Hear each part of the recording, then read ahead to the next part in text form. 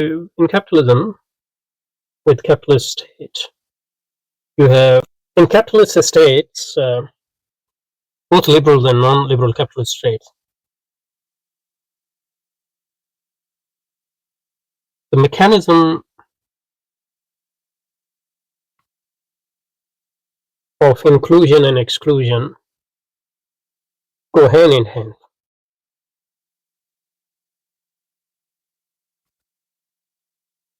So you try to include as many people possible within the system,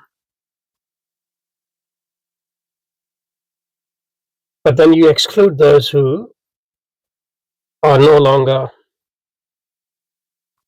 willing to be included or who are a threat to the system.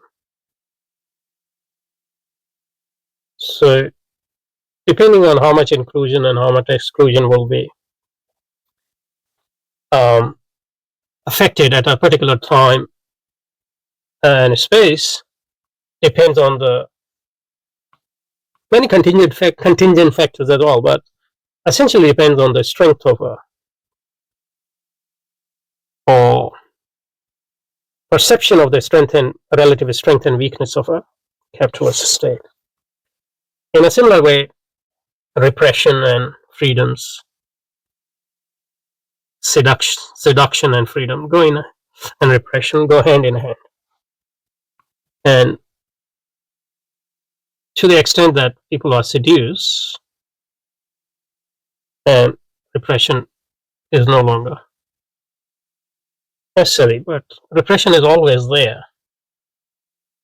And in fact, freedom work in the context of repression. So the soul which is to be let loose or let free is a creation, at least in part, of repression and discipline and all those things.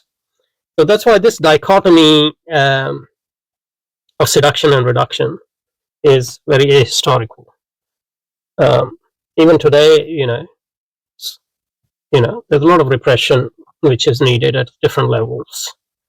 That repression doesn't need to be, naked repression. It can be hidden, it can be camouflaged, etc. So repression is always there alongside seduction. The seduction is always there alongside repression. So how much seduction and repression is needed will depend on the relative strength of a system there, and it also depends on the group you belong to. For example, minority groups, which are seen as a threat to the ruling group, can be persecuted alongside, system of seduction, for example, etc., etc. So this whole dichotomy is very, very historical.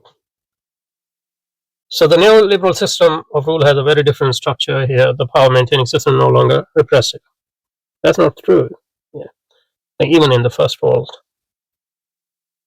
In fact, neoliberal system is very